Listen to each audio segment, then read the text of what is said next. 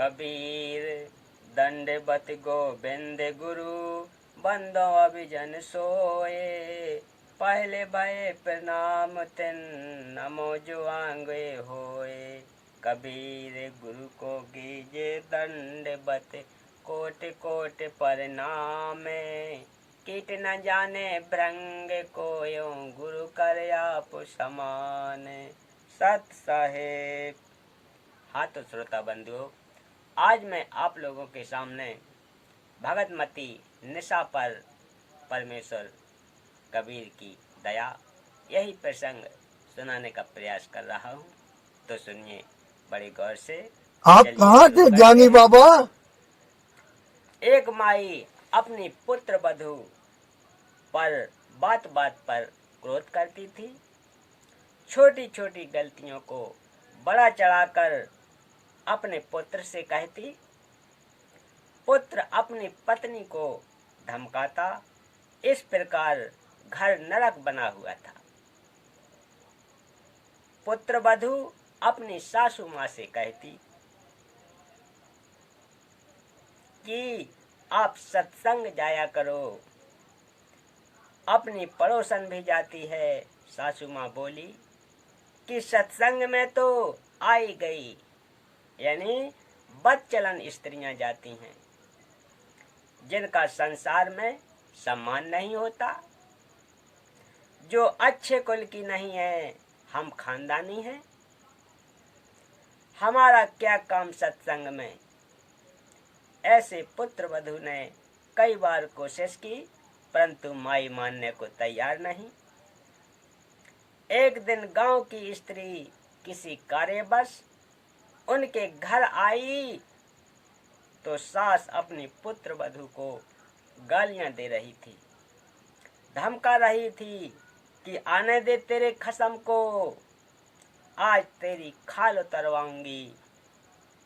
बात क्या थी कि गिलास में चाय रखी थी जो सास के लिए डालकर पुत्र वधू ने बच्चे को लेने अंदर चली गई थी। जो सोया था, जागने पर रो रहा था। उस बच्चे को उठाकर लाने में 1 मिनट भी नहीं लगी थी कि इसी बीच में कुत्ता आया और चाय के गिलास में जीभ मारने लगा। गिलास गिर गया, चाय पृथ्वी पर बिखर गई। सासू माँ आंगन में उस गिलास से मात्र 20 फुट की दूरी पर चारपाई पर बैठी थी, हट्टी कट्टी थी। खेतों में सैर करके आती थी, परंतु काम के हाथ नहीं लगाती थी। इसी बात पर कलह कर रही थी। गांव के दूसरे मोहल्ले से आई माई सत्संग में जाती थी। सब बात सुनकर उसने भतेरी, उस सास का नाम भतेरी था, भतेरी से कहा कि आप सत्संग चला करो। उसका वही उत्तर था। उस सत्संग वाली भगतमती ने बहुत देर सत्संग में सुनी बातें बताई, परंतु भतेरी मानने को तैयार नहीं थी। भतेरी की दूसरी बहन उसी मोहल्ले में विवाह रखी थी, जिस पालने की वह सत्संग वाली माई जानकी थी। भतेरी की बहन का नाम दया कौर था। जानकी ने जाकर दया कौर से बताया कि तेरी बहन भतेरी ने तो घर को नरक बना रखा है, बिना बात की लड़ाई करती है। मैं कल किसी काम बस गई थी, एक चाय का गिलास कुत्ते ने गिरा दिया, उसी का महाभारत बना रखा था। दया कौर भी जानकी के कहने से सत्संग सुनने गई थी और दीक्षा ले ली थी। जानकी ने कहा कि उसको जैसे तैसे एक बार सत्संग में ले चल। जब तक संतों के विचार सुनने को नहीं मिलते तो व्यक्ति व्यर्थ की टेंशन, चिंता स्वयं रखता है तथा घर के सदस्यों को भी चिंता में रखता है। दया कौर अगले दिन अपनी बहन के घर गई। किसी बहाने भतेरी को अपने घर ले आई। वहां से कई अन्य औरतें सत्संग में जाने के लिए जानकी के घर के आगे खड़ी थीं। वे दया कौर को सत्संग में चलने के लिए कहने उसके घर गईं। वहां उसकी बहन भतेरी को देखकर उसे भी कह सुनकर साथ ले गईं। भतेरी ने जीवन में प्रथम बार सत्संग सुना। आश्रम में कैसे स्त्री पुरुष रहते हैं सब आंखों देखा तो अच्छा लगा। जैसा अनाप शनाप सुना करती थी वैसा आश्रम में देखने को नहीं मिला। सत्संग में बताया गया कि कई व्यक्ति अपनी बहन बेटियों बहुओं तथा अन्य स्त्रियों को सत्संग नहीं भेजते और न स्वयं जाते हैं। वे कहते हैं कि हमारे सत्संग में जाने से घर की इज्जत का नाश हो जाएगा, हमारी बहू बेटियां बदनाम हो जाएंगी। उनको विचार करना चाहिए कि सत्संग में न जाने से परमात्मा के विधान का ज्ञान नहीं होता कि भक्ति न करने वाले स्त्री पुरुष अगले जीवन में महान कष्ट भोगते हैं। सूक्ष्म वेद में बताया है कि जो मनुष्य शरीर प्राप्त करके भक्ति नहीं करते उनको क्या हानि होती है। कबीर हरि के नाम बिना नारी कुतिया होए, गली गली भौंकत फिरे टूक न डाले कोई। बीबी पर्दे रही थी बेवड़ी लगती बाहर, अब गाते उघाड़े फिरती है बन कुतिया बाजार। बेपर्दे की सुंदरी सुनो संदेशा मोरे, गाते उघाड़े फिरती है करे सरायो सोरे। नक बेसर नक पर बनी पहरे थी हार हमेल, सुंदरी से कुतिया बनी सुन साहेब के खेल। मनुष्य जीवन प्राप्त प्राणी यदि भक्ति नहीं करता है तो वह मृत्यु के उपरांत पशु पक्षियों आदि आदि की योनियां प्राप्त करता है। परमात्मा के नाम जाप बिना स्त्री अगले जन्म में कुतिया का जीवन प्राप्त करती है। फिर निर्वस्त्र होकर नंगे शरीर गलियों में भटकती रहती है, भूख से बेहाल रहती है। उसको कोई रोटी का टुकड़ा भी नहीं डालता। जिस समय वह आत्मा स्त्री रूप में किसी राजा राणा तथा उच्च अधिकारी की बीवी थी, वे उसके पूर्व जन्मों के पुण्यों का फल था। जो कभी किसी जन्म में भक्ति धर्म आदि किया था वह सर्व भक्ति तथा पुण्य स्त्री रूप में प्राप्त कर लिए।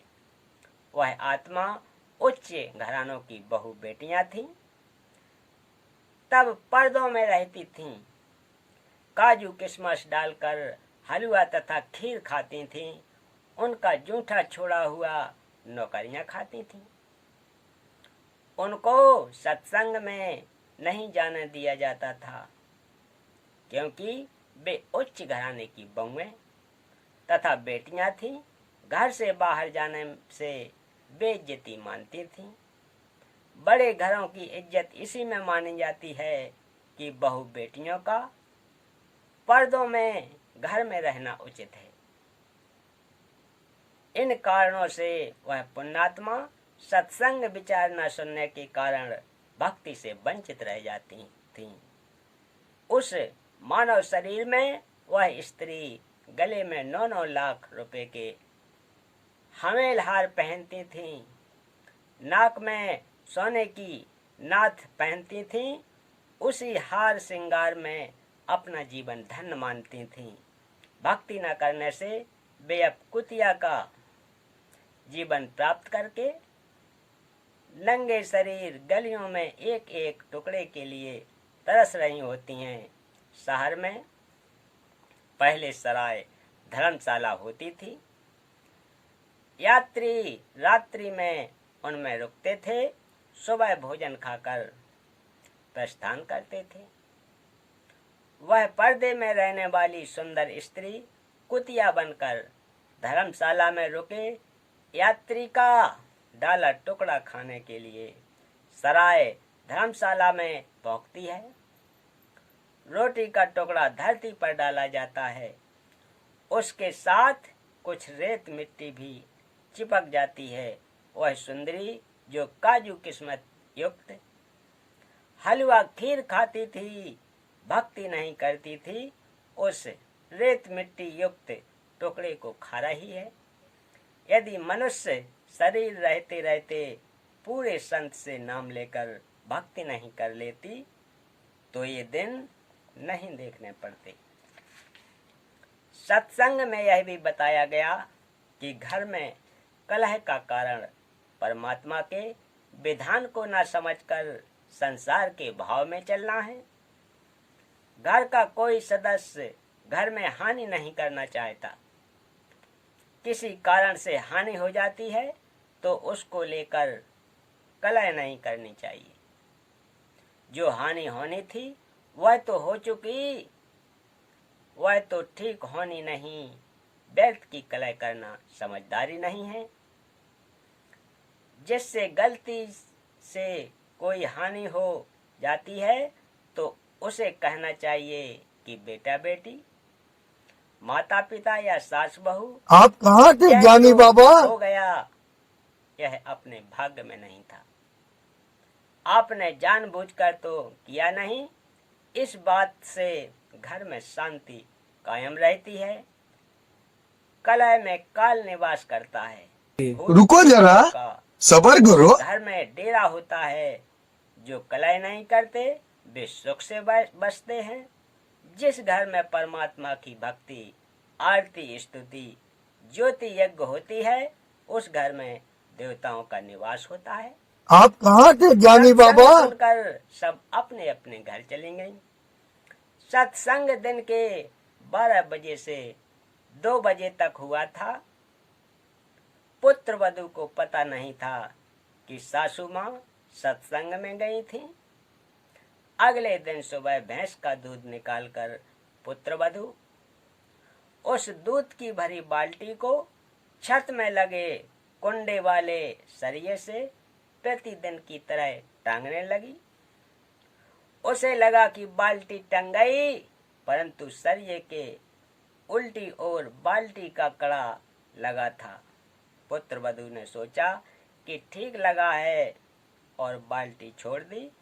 बाल्टी पृथ्वी पर गिर गई, दूध बिखर गया। आवाज सुनकर भतेरी आई और पुत्र वधू दूध की बजाय सासू माँ की और मायूसी से देख रही थी। बोलना उचित नहीं समझा, क्योंकि पुत्र वधू को पता था कि सासू माँ किसी भी सफाई के वचन नहीं सुनती थी। सोच रही थी कि आज का सारा दिन कलह में जाएगा। शाम को पति आएगा, उससे भी पिटाई करवाएगी। हे परमात्मा, यह कौन बनी? ऐसी गलती तो कभी नहीं हुई थी। हे सतगुरु, कुछ तो दया करो। मैं तो आपकी भक्ति भी भूलने को हो रही हूँ। मुझे तो सारा दिन सासू माँ के श्लोक याद रहते हैं। भतेरी बोली कि बेटी, जो होना था वह हो गया। आज हमारे भाग्य में दूध है नहीं।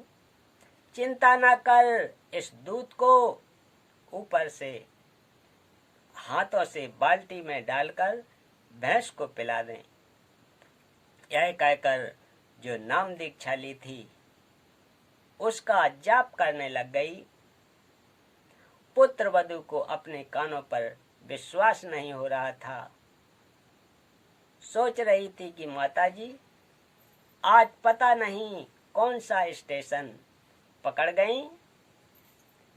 ये शीतल बचन भतेरी की बोरी में नहीं थे, इसमें खल भरी थी। आसपास से निकलती थी तब भी बड़बड़ की झलक निकलती थी।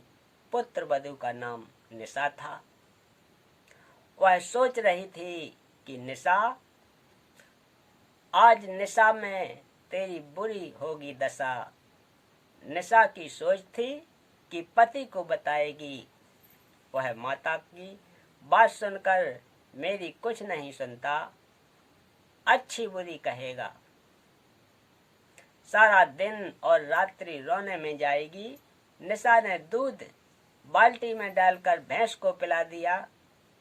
बाल्टी धोकर रख दी। भतेरी आई और बोली कि बेटी रोटी खा ले। चिंता मत कर बेटी, मैं कल मेरी बहन दया कौर के साथ दिन में सत्संग में गई थी। मेरी तो आंखें खुल गईं। मैं तो बहुत कलहारी बनी हुई थी।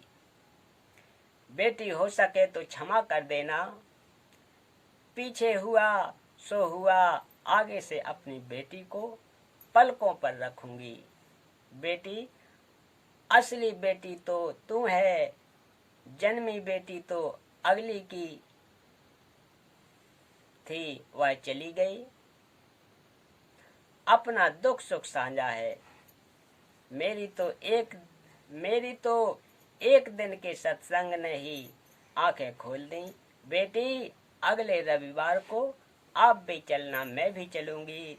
धीरे धीरे बेटी को भी ले चलेंगे। निशा ने अपने गुरुजी की फोटो को कपड़ों में छिपा रखा था। फोटो निकालकर चरणों में शीश रखकर कहा कि हे गुरुवर, आज आपने अपनी बेटी की पुकार सुन ली, घर स्वर्ग बना दिया। शाम को चत्तर सिंह आया तो माता ने दूध गिरने का जिक्र भी नहीं किया। कुछ दिन बाद चत्तर सिंह को भी नाम दिला दिया। कुछ समय पश्चात निशा के गुरुजी आ गए। निशा ने बताया कि गुरुजी, मेरी सासू माँ बहुत अच्छी हैं। इन्होंने भी गुरु का नाम ले लिया है। भतेरी ने कहा, महाराज जी, निशा ने कभी नहीं बताया कि इसने दीक्षा ले रखी है। यह मेरी कलह से डरती होगी। अब बताया है जब मैंने नाम ले लिया। अच्छा किया इसने। यदि पहले बता देती तो मैं और अधिक दुखी करती और पाप की भागी बनती। निशा के गुरुजी ने कहा कि माई भतेरी, आप तो आसमान से गिरी और खजूर में अटकी हो, क्योंकि आपकी दीक्षा शास्त्र अनुकूल नहीं है। सत्य साधना बिना मोक्ष नहीं हो सकता। जैसे रोग की सही औषधि खाने से ही रोग से मोक्ष मिलता है, इसी प्रकार सत्य साधना करने से जन्म मरण के रोग से मुक्ति मिलती है। निशा ने सोचा कि सासू माँ नाराज ना हो जाए, इसलिए बीच में ही बोल उठी कि गुरुजी, सुना है आपने नई पुस्तक लिखी है, वह संगत ने छपवाई है, क्या आपके पास है? गुरुजी बोले कि हे बेटी, आपको देने के लिए आया हूँ। यह कहकर गुरुजी दूसरे कक्ष में गए जिसमें ठहरे थे। उसमें थैला रखा था। निशा भी साथ साथ गई और बोली, गुरुदेव, भिरड़ के छत्ते को मत छेड़ो, मुश्किल से शांत हुआ है। गुरुजी बोले कि हे बेटी, अब तेरी सास जी की पूरी रुचि भक्ति में है, अब यह मानेंगी। गुरुजी 3 दिन रुके, तत्व ज्ञान समझाया।